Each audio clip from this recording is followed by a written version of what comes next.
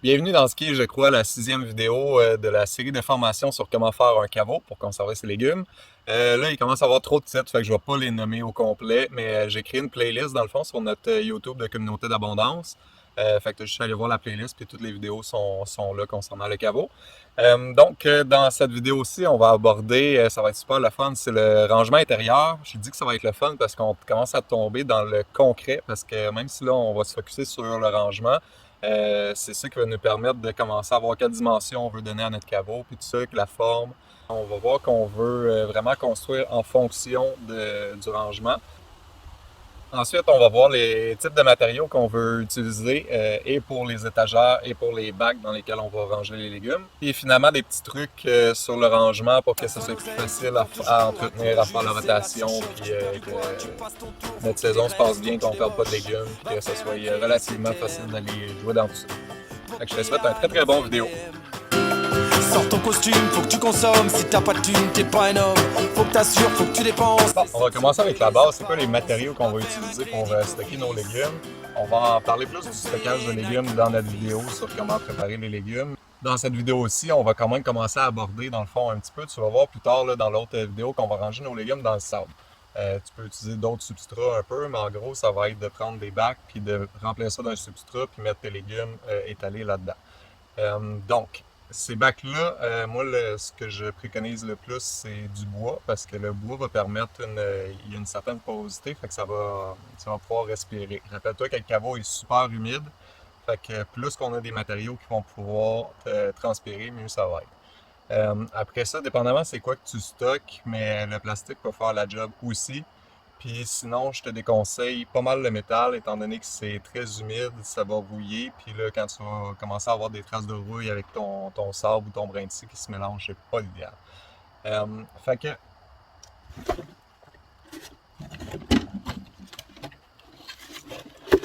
quand on va parler de type de bois, dans le fond, on va essayer de chercher des essences qui résistent bien à l'humidité, qui ont des qualités d'imputrescibilité.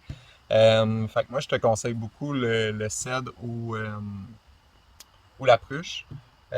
Ça faut que tu fasses tes bacs assez solides quand même parce qu'il va se ramasser avec pas mal de poids là-dessus. Fait qu'il faut pas faire des choses trop légères.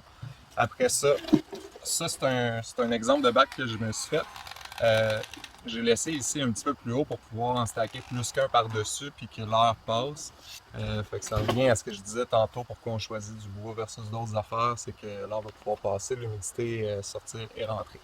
Sinon, ça peut être vraiment pratique aussi de récupérer des vieux bacs de plastique. Je pense entre autres à des petites jardinières comme ça, c'est vraiment le fun. Ça peut être une solution un petit peu clé en main dans le fond pour pas avoir à te rajouter de la job et construire une foule de bacs. Sinon, après ça, pour le reste de la construction, qui n'est pas la charpente, là, ça on va le voir dans une autre vidéo dédiée à la construction en tant que telle du caveau. Mais pour les étagères, encore là, fais du solide parce qu'il va y avoir beaucoup, beaucoup de poids sur chacune. Fait que arrange-toi pour que ça soit très, très fort. Puis, encore là, on va choisir les mêmes essences de bois dans le fond. Fait que je te conseille de la pruche, du cèdre. Tu peux travailler avec du bois traité, ce qui n'est pas le cas pour des bacs. Là. Utilise surtout pas du bois traité pour tes bacs, c'est très très très chimique, puis là tes légumes sont en contact avec. Mais pour les étagères, si jamais tu en as à ta portée, tu peux utiliser ça. Assure-toi de faire quelque chose de oui solide, mais en même temps qui ne va pas être trop épais. On veut quand même faire plusieurs étages, fait que si tu fais une étagère qui est comme 6 pouces d'épais, ben c'est un 6 pouces que tu n'utilises pas pour stacker des bacs pleins de légumes. Fait que ça a l'air de rien, mais juste ce petit détail-là peut faire que tu construis beaucoup plus gros à cause de ça.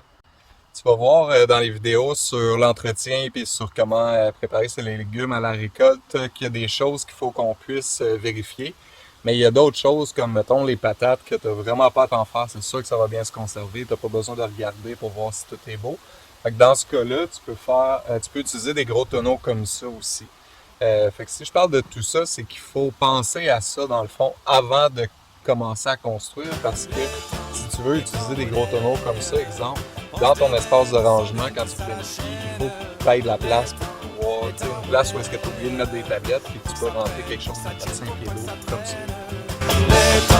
Les temps modernes, on se les met.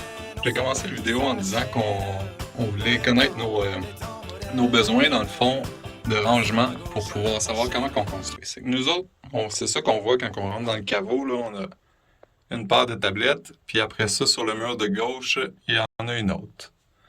Ça veut dire que mon mur de droite, qui est ici en rentrant, dans le fond, il sert absolument à rien. Moi, avec du recul, j'aurais fait autrement. C'est pour ça aussi qu'on fait ces capsules-là, c'est qu'il n'y a pas beaucoup d'informations là-dessus, puis il y a plein de choses qu'on ne savait pas et qu'on veut partager pour simplifier la vie du monde. Mais c'est que dans le fond, moi, je l'aurais fait, j'aurais privilégié beaucoup plus la longueur. Pour pouvoir rentrer dans le caveau, tu as un espace au milieu, puis tu as des tablettes sur chacun des bords, puis tu as un set de tablettes comme ici, à la fin, dans le fond. Comme ça aurait maximisé l'espace bien plus. Quelque chose que je conseille à la base, là, prioriser le long. Puis à moins que ce soit un caveau comme communautaire, puis que là, tu puisses te permettre, tu sais, qu'il est tellement gros que tu fais plusieurs allées entre tes rangées de tablettes. Après ça, prochaine étape pour planifier son rangement, puis pour planifier en même temps sa construction de caveau, c'est connaître ses besoins. Ça, c'est pas évident quand on n'a pas l'expérience, dans le fond. La seule façon de faire un peu, c'est de s'asseoir puis faire des maths. Fait que calculer combien de sortes de légumes tu vas mettre, calculer dans quel bac ils vont être aussi. Puis là, dire, admettons, ça me prend moi une dizaine de patates par semaine. Ben là, je vais multiplier ça par 52, puis je vais voir quel volume que ça fait, je vais voir dans des bacs combien de bacs que ça me prendrait, puis je vais faire ça pour tous les légumes que je veux. Puis après ça, ça va pouvoir nous donner une idée, dans le fond, de combien de bacs tu veux rentrer là-dedans, fait combien d'espace de tablette que ça te prend. Ça prend des petites connaissances au préalable aussi. Faut se poser des questions par rapport à notre situation. Dans genre, tu sais, nous, on habite dans une mini-maison, c'est pas possible de mettre le canage qu'on fait, puis la lacto non plus. Fait qu'on va mettre ça dans le caveau. Si toi, tu as une maison qui a de l'espace, tout ton canage, il peut aller là. Il y a des légumes qui vont soit aller dans le caveau, soit aller dans la maison. Ils peuvent se faire avec les deux, comme les oignons, par exemple. Ben là, il faut savoir aussi, est-ce qu'on a un spot dans la maison qui est propice à ça ou pas. Toutes ces questions-là vont pouvoir délimiter un peu qu'est-ce que tu vas mettre dans ton caveau, fait l'espace que tu as besoin dans le caveau. Après avoir fait ces maths-là, c'est sûr que c'est le fun de prendre en compte la variable Y, celle à laquelle on n'a pas pensé encore. Fait que rajoute-toi au moins un mètre carré partout en hauteur. Après t'avoir dit, OK, c'est ça que ça me prend, rajoute-ça un petit peu plus, juste au cas où, puis au fait, tu pourras dépanner des boissons. C'est l'engrenage, t'es plus dedans, d'en avoir un tu petit vois peu ta plus dette de qui place. s'accumule. Tu dois rembourser sur 100 ans, ça chauffe pour ton matricule. Va à la banque, allez. Après ça, on va vouloir choisir c'est quoi la profondeur des tablettes qu'on veut. Pense à ton entretien, dans le fond. Pense à comment tu vas faire ta rotation et tout ça. Tu sais, d'avoir une tablette qui va être trop profonde, là, comme par exemple mes tablettes du fond, là, je trouve ça pas mal limite, tu sais. Pour aller chercher quelque chose dans le fond, moi, je me rends juste. Fait que, encore là, c'est niaiseux, mais ça va dépendre de la longueur de tes bras aussi. Fait que si t'es très très court, fais des tablettes pas trop larges, ça va t'aider. Après ça, la hauteur des tablettes aussi. Je donne un exemple. Ce bac-là, ici, tu sais, moi, les conseils que je donne, je les ai pas appliqués, j'étais comme pas au courant encore. Mais tu sais, ici, j'aurais fait ma tablette un petit peu plus basse pour qu'il y ait juste l'espace pour mettre le bac. Puis là, quand j'ai besoin de sortir des choses, ben, je peux allonger mon bac. Fait que tantôt, je parlais des rangements de 2 pieds de large, mais surtout que dans ton allée, tu vas avoir au moins 2 pieds plus un pied, mettons, d'extra pour pouvoir sortir tes bacs dans le milieu, parce que sinon, ils vont être pognés dans tes tablettes. Fait que c'est pour ça que c'est vraiment important de penser à l'avance qu'est-ce qu'on veut mettre, comment on veut le ranger, pour pouvoir adapter la hauteur de tes tablettes puis faire du sur-mesure un petit peu. C'est niaiseux, mais en y pensant pas, on se rend la vie plus difficile, dans le sens, des fois, comme je disais, d'aller chercher des choses dans le fond, c'est long. Fait que là, on fait mal notre rotation, on inspecte mal nos choux, puis finalement, il y en a qu'on perd parce qu'ils étaient pognés dans le fond à quelque part de par rapport. Fait que c'est vraiment le fun, et pour maximiser l'espace, et pour te sauver de la job aussi dans le futur, quand tu vas regarder tes affaires. Concernant la hauteur, dans le fond, de tes étages, là, moi, au début, je mettais des bacs un par-dessus l'autre, comme le bac que j'ai montré. Dans le fond, je l'avais construit en même temps que le caveau.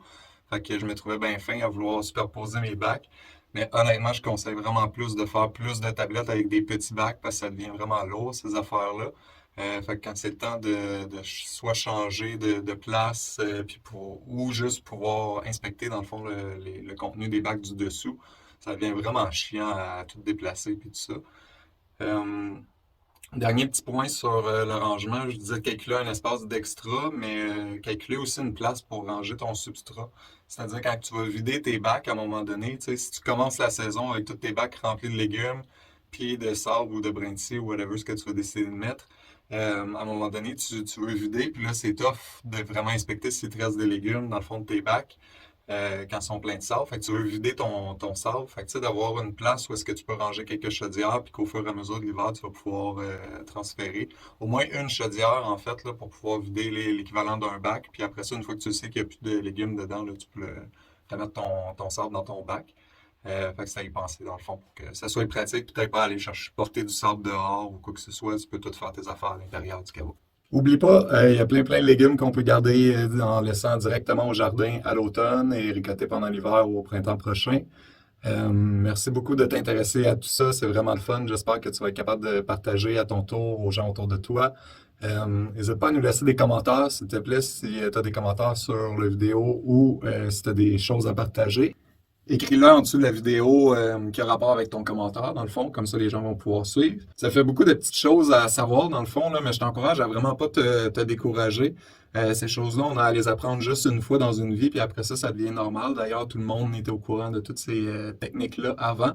Fait que garde la foi, tu vas voir, c'est beaucoup de trucs à apprendre, mais c'est priceless de pouvoir juste aller faire son épicerie dans son caveau, puis de savoir que c'est nos légumes, savoir où est-ce qu'ils ont poussé, comment ils ont poussé. C'est absolument magique. Fait que je t'encourage à continuer ton intérêt puis à le porter jusqu'à temps qu'il devienne une réalité. Encore une fois, merci beaucoup d'avoir regardé, puis on se revoit pour un prochain sujet. Bye bye! On fonce dans le mur mais on klaxonne.